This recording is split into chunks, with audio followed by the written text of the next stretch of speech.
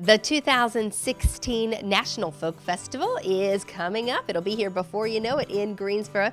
Tom Fillion is the president, CEO of Arts Greensboro, the man who's making it happen, part of the team making it happen. Part of the team, that's right. There's a whole lot of people that are making this event happen. Okay, so first off, the dates. It is September 9th through the 11th. This obviously is last year's poster.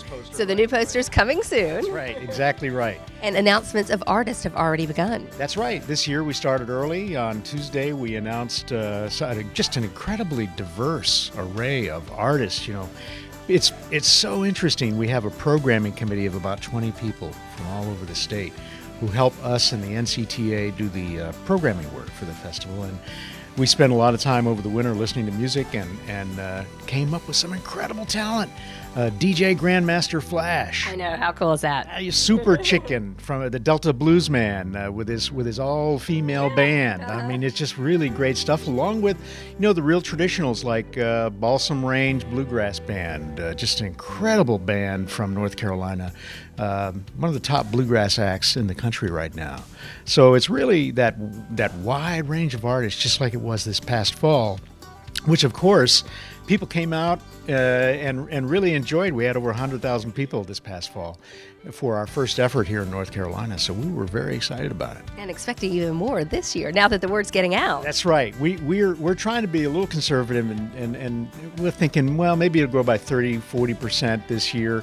But some of the folks associated with the festival itself think, wow, you guys here in Greensboro really knocked it out. I mean, you could double the audience this year. Wow. So a lot of people asked us last year about why the site was spread out as much as it was, and that's one of the long-term keys of doing this right, is making sure that the footprint is large enough so that when you have 150, 170, 180,000 people, there's enough room, that it doesn't feel crowded like that. And so we're very excited that it's all working according to plan, and that we're going to have that many visitors in Greensboro next year. Plus, you can't have two stages right on top of each other. You want to be able to hear the music. That's right. That's it. That's the other piece too. If you put the stages too close together, there's a lot of sound bleed, and you can't really enjoy one band because out of one ear you're hearing somebody else.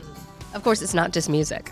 No, and thank you for saying that. It's everything from handmade crafts, Southern savory foods, craft brew beer, great wine. I mean, it's really all across the board. We have really tried to assemble the best of what we have here in North Carolina, right here in Greensboro, make this event happen. Okay, we're talking about it kind of early. It's still cold outside as we're discussing these events, and it definitely won't be that way when the festival comes in September. Why this early jump on it? Well, because we want people to get it into their calendars. We want people to let their relatives know. We want people to go on social media and invite all their friends.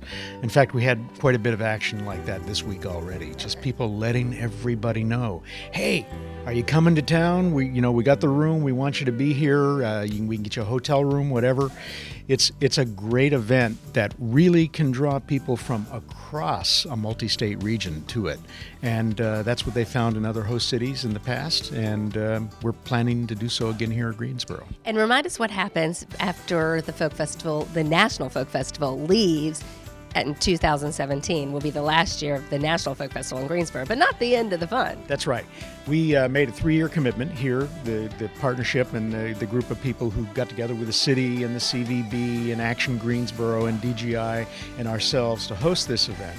And 2017 is the last of those 3 years. But in 2018, we switch gears just a tiny bit and relaunch it as the North Carolina Folk Festival.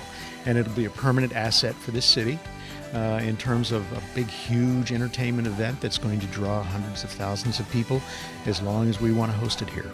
And we should mention one more thing, that as far as location for the Folk Festival this year, there will be some new locations because the city has changed and is changing as we approach the Folk Festival. Yes, it's so amazing that all the new developments in this city are unfolding in front of a national audience.